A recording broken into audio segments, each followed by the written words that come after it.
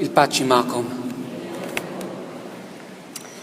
Ħankomplu l-mixja tagħna eżistijaj fl-imkien ma' Omna Marija kif qegħdin inħarsu liha f'din in-novena bħala mudell għalina fil-mixja ta' fidi tagħna, fil-mixja tagħna bħala komunità nisranija, fil-kuntest anke ta' bidliet li jseħħu fis-soċjetà li jseħħu madwarna. Illum il-Knisja ħabritilna din il-kelma tant sabiħa l darb'oħra fej fiha qed tpoġġina lkoll kemm aħna ma' Marija fuq il-Kalvarju. Dan ir-rakkont li nsibuh biss fir-Raba' Evanġelju, tradizzjoni ta' Knisja tjunna skont San Ġwan, il-Marija nsibuha fil-bidu tiegħu fit-tiġ ta' Kana, meta jekk tiftakru Ġesu jgħidilha s-sija tiegħi għadha ma waslitx. U f'dan ir-Raba' Evanġelju l-Madonna nerġgħu nsibuha issa f'dan il-kapitlu 19 propju meta s-sija ta' Ġesu tasal. Waslet is-sija. Fuq fom Ġesu jgħidha l-kliem li aħna nkantaw anke b'mod popolari f'wieħed mill-linijiet ewkaristiċi tagħna tqarbin. Waslet is-sija. U Marija darb'oħra tiġi marbuta ma' din is-sija ta' Ġesu. Issa mhix biex is-sija ta' Ġesu, imma hija wkoll is-sija ta' Marija li hija maquda miegħu, u s-sija ta' Ġesu ssir ukoll is-sija tal-Knisja, is-sija tal-komunità li tkun maquda ma' Ġesu fuq is-salib. Kif Ġesu għex dan il-mument tas-sija tiegħu, is-sija tas-salib tiegħu, jew kif jgħid l-aħjar hu nnifsu s-sija tal-glorifikazzjoni tiegħu. Dak nafuh mill-Vanġelu. Kif aħna bħala Knisja u aħna bħala komunità irridu ngħixu l-mument tas-sija tagħna, s-sija anke tal-prova tagħna, is-sija li nkunu maqudin ma' Ġesu turjunna Marija. U allura jinħarsu leha Marija li fuq il-Kalvarju issa mhijiex aktar il-bambina, imma hija l-mara adulta fil-fidi tagħha, il-mara li mxiet il-mixja ta' fidi u fuq il-Kalvarju tkun fil-quċċata ta' din il-mixja. U llum għal darb'oħra naraw 8 aspetti mill-preżenza ta' Marija lid-darba fuq il-Kalvarju x'għandhom xejdu l-mixja ta' fidi tagħna, l-ħajja tagħna. L-ewwel ħaġa proprju hija li Marija tgħix il-Kalvarju b'mument ta' fidi qawwija. Jekk tiftakru l-bidu tan-novena bdejniha dwar kif il-fidi tiġi mis-smieħ u smieħ tax-xandir tal-kelma ta' Ġesu. Nixtieq li f'dal-ħin il-Madonna waqt li qed narawha fuq il-Kalvarju ejjew nisimgħu mill-ġdid dak li simet f'Nażaret. U waħda mill-kelmiet li hija semet f'Nażaret kienet is-saltna tiegħu ma jkollix tmiem.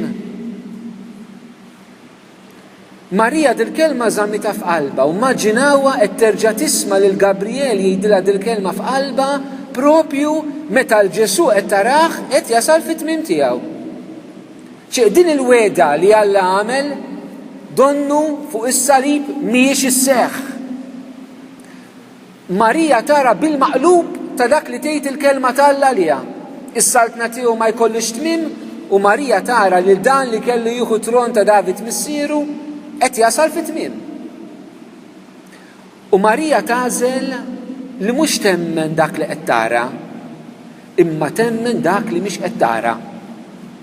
Li l-kelma li rċiviet se sseħħ anke jekk apparentament mhijiex qed isseħħ. U hawnhekk eżistej għandna bżonn din il-fidi ta' Marija fuq tant livelli fil-ħajja tagħna, speċjali meta ngħaddu mit-tbatija tagħna. Fuq livell ta' Knisja ta' komunità għandna bżonn nemmnu ħafna l-kelma tal-Alla lina anke meta narawha mhix isseħħ. Waħda mill-kelmiet li Ġesu tal lill-Knisja qabel ma tilha s-sema kienet jiena magħkom dejjem u sal-aħħar ta' żmien. Però xi drabi il-Knisja, l-komunità bħalma ngħaddu żwieġ u l-familja u l-ħajja tagħna personali, donna din il-kelma li Alla u amana, donna ma narawix isseħħ. Pjuttost donna naraw il-ħajja bil-maqlub li għandna li Alla lilna telaqna, Alla m'għadux magħna jekk ma narawx kontra tagħna. Aħna bħal Marija irridu nażlu li nemmnu il-kelma. u mhux dak li aħna dejjem minnu. Forsi għal ma jemminx kif huma numru mhux ħażin ta' nista' madwarna jaħsbuna moħħna fl-ajru, saqajna maqtuwin mhux mal-art. U għandhom raġun. Għax jekk ma jkollokx il-fidi jekk tidher iblaħ. Imma lina li nemmnu aħna msejħin sabiex nibqu nemmnu l-kelma tal-Alla lina anka meta din apparentament ma narawix isseħħ. Il-Madonna tibqa' temmen li qalilha Gabriel u mhux temmen iċ-ċirkostanzi tal-ħajja tagħha. It-tieni aspett li naraw ma' din il-fidi eżistijej, naraw kif il-Madonna għexet il-Verġni ta' Nażaret fuq il-Kalvarju anka il-virtù tat-tama. Interessanti li fil-grupp ta' nisa li kienu ma' Marija fuq il-Kalvarju insibuhom li dawn marru biex jidilku il-ġisem ta' Ġesu biżjud. Però l-Madonna ma nsibuhiex li marret magħhom. Mill-aspett ta' tradizzjoni tal-Lut ma tantx kienet qiegħda turi rispett. Dawn in-nisa kienu qegħdin juru ħafna rispett billi jmorru jidilku l-ġisem mejjed ta' Ġesu. Marija ma tmurx tagħmel din it-tradizzjoni ludija. Alla ħares marret Marija. Għaliex dawk in-nisa marru għaliex m'emmnux li Ġesu ħajmut. Allura jridu jippreparaw kollox fid-difna tiegħu. M'emmnux li Ġesu ħajqum mill-mewt. Marija ma tmurx ħdejn il-qabar ta' Ġesu. Marija tmur mill-ewwel fiħdan l-apostli, tmur tgħix magħhom, imma ma tmurx man-nisa devoti l-oħrajn ħdejn il-qabar, għax Marija emnet li Ġesu kien se jqum mill-mewt. It-tama ta' Marija kienet illi weta kollox qed jidher li qed jispiċċa, hija rat lil hinn mill-mewt. Bħalma llum anka qegħdin niftakru f'futna li daħlu fil-ħajja ta' dejjem.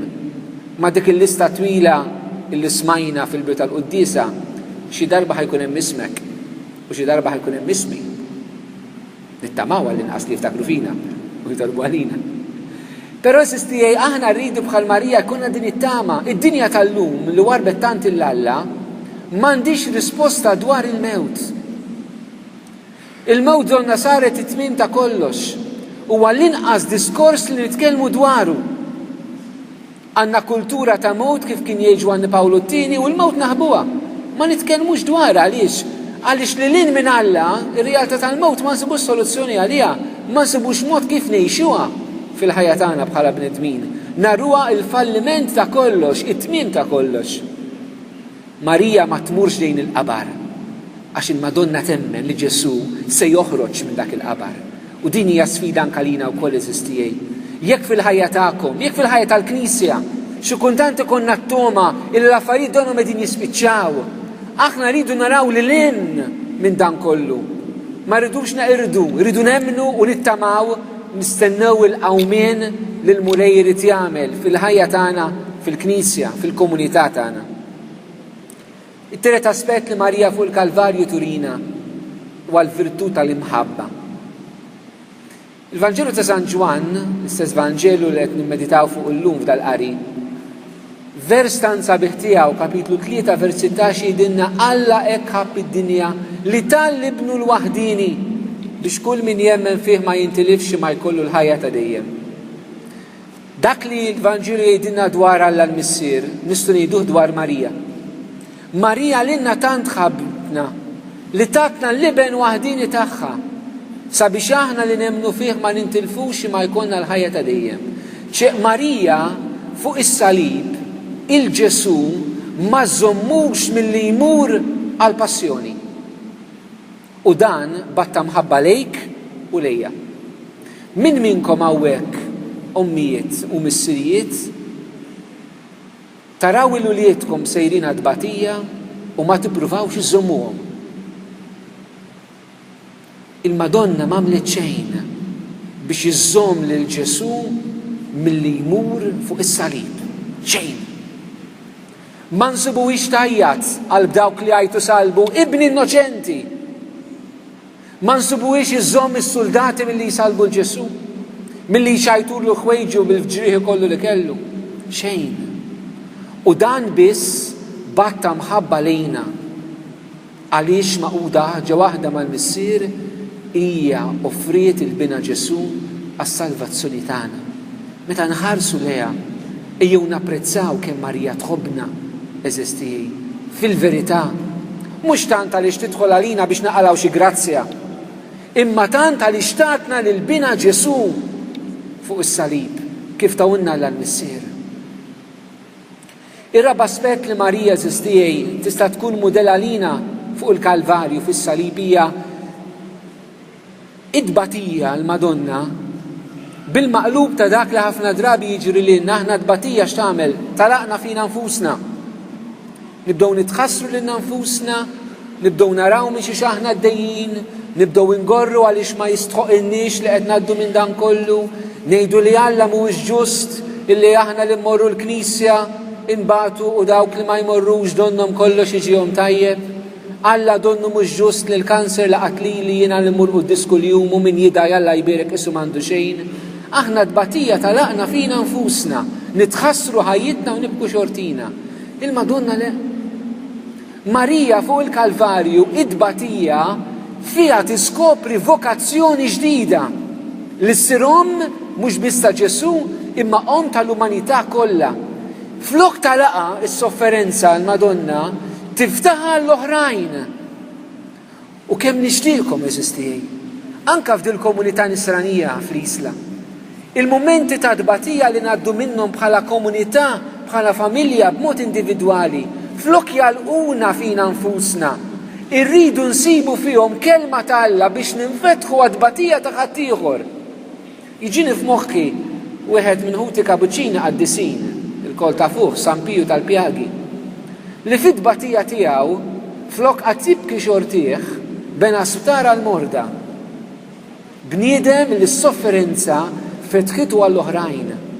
U nixtieqkom tħarsu lejn Marija f'din il-festa u kull wieħed u waħda minnkom jistaqsi lilu nnifsu għal min ħadd infetaħ int li qed ibati f'dil komunità.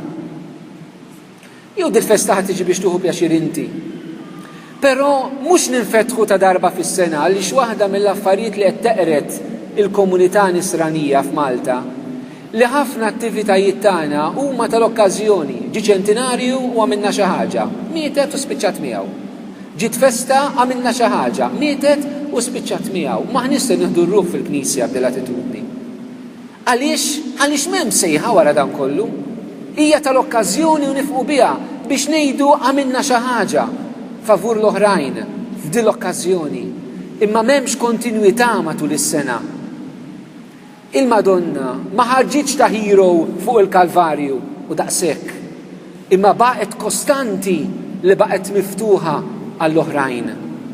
Aħna sistijej irridu nħallu dawn il-momenti, anke l-momenti jibsa ta' ħajjitna li jiftħuna l-oħrajn b'mod konkret u b'mod permanenti.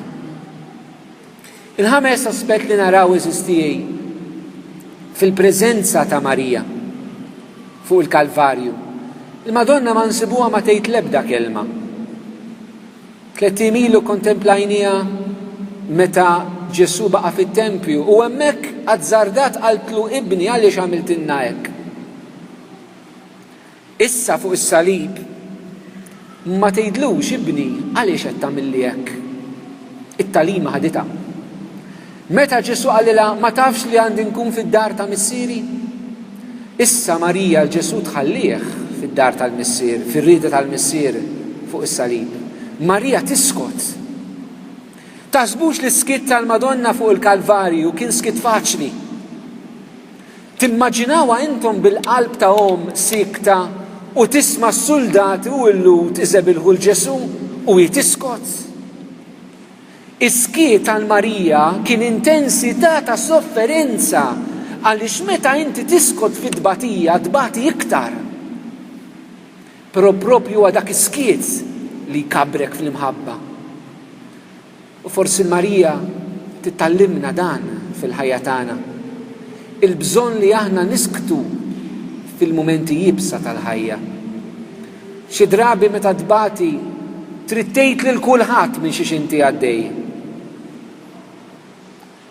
Meta nisktu imbagħtu iktar għaliex tiltaqa' iktar mar-realtà tas-sofferenza. Huwa fiskiet li tista' tiskopri l-Alla f'dik it-tbatija. Huwa fiskiet li tista' titkopri sens għal dik it-tbatija. Fid-dinja storbjuża tagħna fejn iskiet żgur mhux priorità, Marija tispikka bħala mudell tas-silenzju fis-sofferenza. Għaliex? Biex it-tbatija nibdew narawha kif ħares li Alla u mhux kif naraw aħna. Is-sitt ħaġes istijej illi Marija tista' tispirana fuq il-Kalvarju. Il-Madonna fuq il-Kalvarju tassisti għas-salvazzjoni tagħha. Aħna tafu l-Knisja tal-Limna u hekk fid-domma tal-Immakulata illi ħudna viċin tagħna l-Bormliżi minn hawn ftit ieħor jiċċelebrawha wkoll. Mod tant sabiħ qawwi. It-talim ta' Marija li hija mnisla bla dnub l-Immakulata Kunċizzjoni ifisser kif spjegaħ tajjeb il-Qaddis Franġiskan Ġwan Skotu illi lilna l-kol il-mulej salvana wara li dnibna isek għandek xi ħadd illi waqa' mal-art u ġbartu. Il-Madonna salva qabel ma tat ċans li tidneb, imma xorta ġiet salvata bħal meta xi ħadd ikun se jaqa' u iżommu milli jaqa'. Fid-dartej kellu bżonnok, għalhekk il-Madonna fil-Manifika tista' tgħid l-Ispirtu tiegħi jifraħ falla is-Salvatur tiegħi. U Ġesu lilna salvana u lill-Madonna salva fuq il-Kalvarju, fuq is-salib. Marija fuq is-salib lilna hija l-ewwel waħda li għamlet il-Via Sagra kien iridu ngħidu hekk. Ikkontemplat is-salvazzjoni tagħha stess. Forsi mhux dak il-ħin, imma żgur li fil-bqija tal-mixja tagħha. Meta semet anke l-predikazzjoni ta' Pietru jipriedka u jgħid lin-nies li permezz ta' salib ta' Ġesu ġew salvati. Marija hemmhekk femet ukoll fil-mixja tagħha li meta kienet fuq il-Kalvarju hi qed tiġi salvata. Kemm għandna bżonn nesisti aħna fi żminijietna. Aħna din ngħixu f'mument li rridu naħħu l-kurċifiss ħafna pajjiżi mix-xena pubblika. U xi drabi tfaqqa Malta wkoll din u aħna ftakru. Aħna kull ma jiġri barra jiġi f'Malta ftit wara.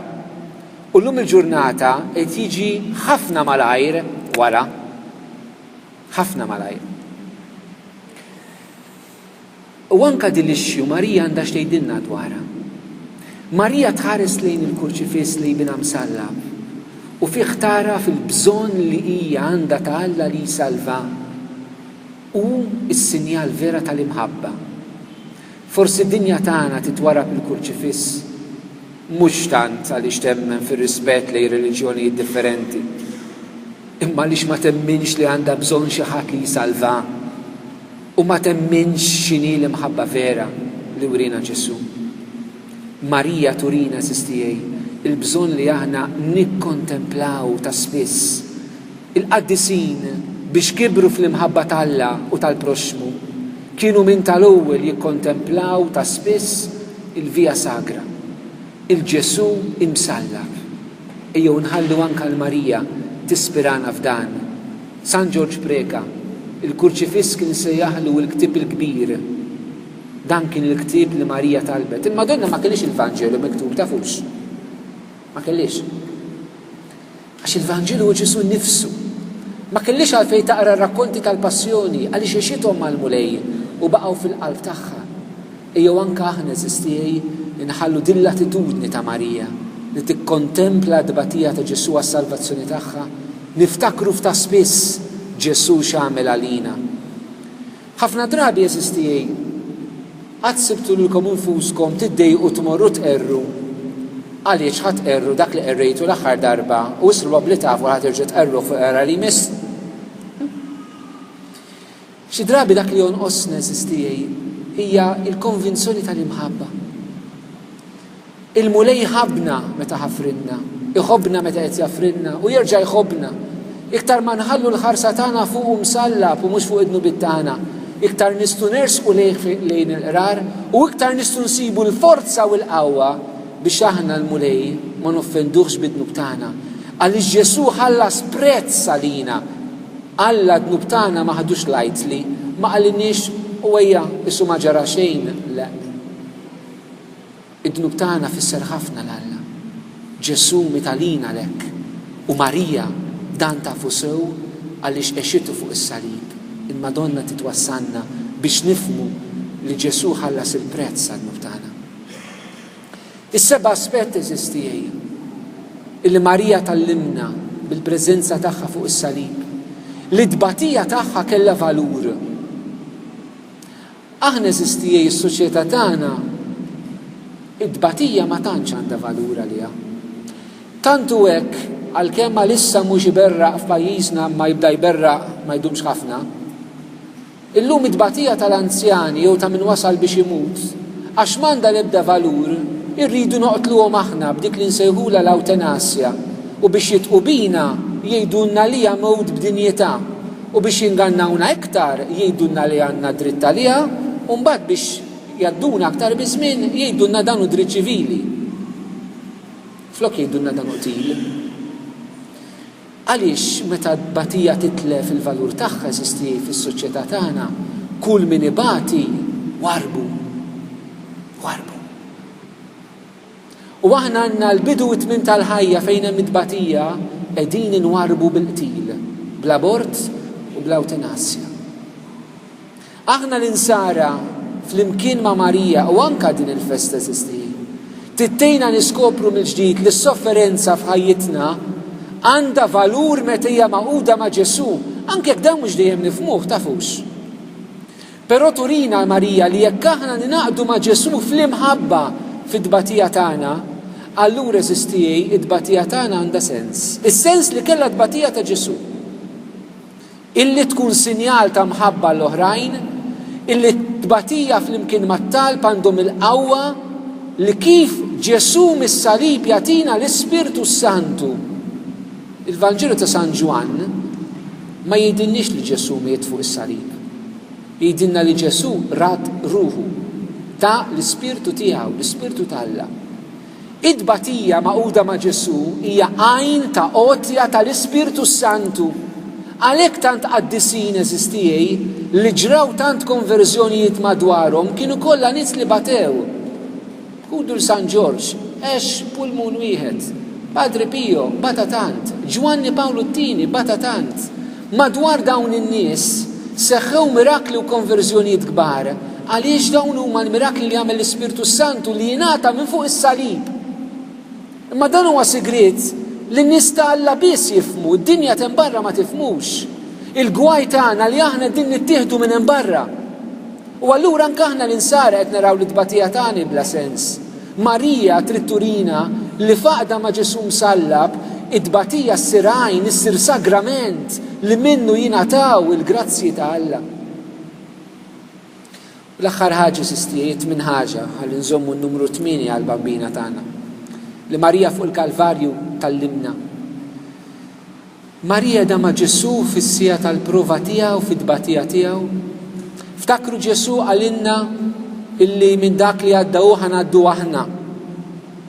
U kif Marija kienet ma' Ġesu fil-persekuzzjoni tiegħu, Marija titkun mal-Knisja llum fil-persekuzzjoni tagħha. Eżistijej, irridu ndaħluha f'moħħna li aħna bħala nsara fi żminijietna se nkunu ippersegwitati. M'hemmx oħra. Il-bqija din ningannaw lil nfusna. Huwa dritt u dmir tal-Knisja li tiftħilna għajnejna fuq dan. U Marija tiftħilna għajnejna fuq dan eżistijej. Li llum li tkun nisrani tfisser li tkun ippersegwitat ukoll bħalma kien dejjem. Il-Knisja qatt ma kellha żminijiet tajbin. Dejjem kienet persegwitata u l-Knisja kienet fl-isbaħ mumenti tagħha meta kienet ippersegwitata. Hemmhekk kienet qawwija għaliex għax hemmhekk kapaċi toħroġ l-imħabba vera minna l-insara. Però l-mulej jaf li aħna dajfin eżisti fil-persekuzzjoni. Taħsbux li fil-persekuzzjoni kulħadd baqa' nisrani, anke fil-bidu tal-Knisja kien hemm min telaq il-Knisja fil-persekuzzjoni. Però Marija hija dejjem qrib il-Knisja fil-mumenti bsa tagħha. Għaliex? Innutaw il-Vanġelu li smajna xejn. Wifqa ħdejn is-salib ta' Ġesu, mela ħdejn is-salib kien hemm Marija. Imbagħad jgħid ħdej Marija kien hemm id-dixxiplu l-maħbub, Marija ta' Kleofa, Marija ta' Magdala. Bejn id-dixxipli u s-salib ta' Ġesu hemm il-Madonna fin-nofs issa ċċappetta. X'talima nieħdu minn din? Huwa biss min jibqa' qrib Marija li jista' jibqa' qrib Ġesu fil-persekuzzjoni tagħna. Meta aħna nitilqu l-Marija fil-ħajja tagħna, faċilment nitilqu l-mulej. U għalhekk il-Madonna nsibuha tant preżenti fil-ħajja ta' nies li jbatu, fil-ħajja ta' qaddisin li batew. Marija tant intervjenit fl-istorja fil-mumenti ta' tbatija. Aħna għandna l-ġrajiet tagħna f'Malta. Il-ġrajja tal-15 ta' Wissu, propju ġrajja tal-Vitorja, żewġ assedji fejn il-preżenza ta' Marija tibqa' żomm il-fidi u t-tama biex aħna nibqgħu maqudin ma' Ġesu. U anke fil-ħajja personali tagħna. Illum eżistijej il-persekuzzjoni mhix li ħajoqtluna fl-Ewropa tafux. Ma tantx jagħmluha għaliex jemmnu fid-drittijiet tal-bniedem jgħidu. Però il-persekuzzjoni tagħna llum hija li waqgħu kaċċajt. Elizabeth Hook li pożizzjoni fuq ix-xogħol ma jagħtuhilekx għax inti favur iż-żwieġ li jibqa' dejjem, għax int favur żwieġ bejn raġel u mara. Jekk ma tkunx hekk, ma jtuhilekx il-promotion li jistħoqlok, tafx int ma jgħidulekx li għalhekk. Aħna qed ngħixu persekuzzjoni fina. Waqgħu kaċċajt għax iżżomm salib, għax toħroġ bil-kuruna, għax tgħid ir-rużarju fuq tal-linja, għaliex tisma' programm reliġjuż, għax tipprova titkellem fuq il-Vanġelu li smajt il-ħadd fuq il-post tax-xogħol. Din persekuzzjoni li għandna llum. Fiha rridu niskopru eżistijej il-preżenza ta' Marija li tkun magħna fil-verità kif kienet mhux biss ma' Ġesu fuq il-Kalvarju, imma kienet mal dil komunità ċkejkna li baqgħet hemm. Forsi fi żminijietna aħna ħankunu komunità ċkejkna. Il-Knisja m'għadix aktar komunità tal-massa, aħna sirna minoranza. Illum ma jitkellmux mid-dritt tal-minoranza, aħna waħda minnhom tafux.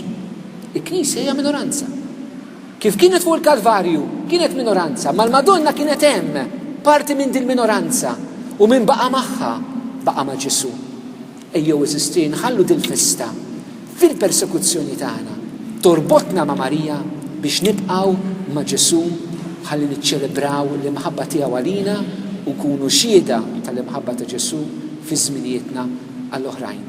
Jekk nagħmlu dan, il-mulejja tinaslet.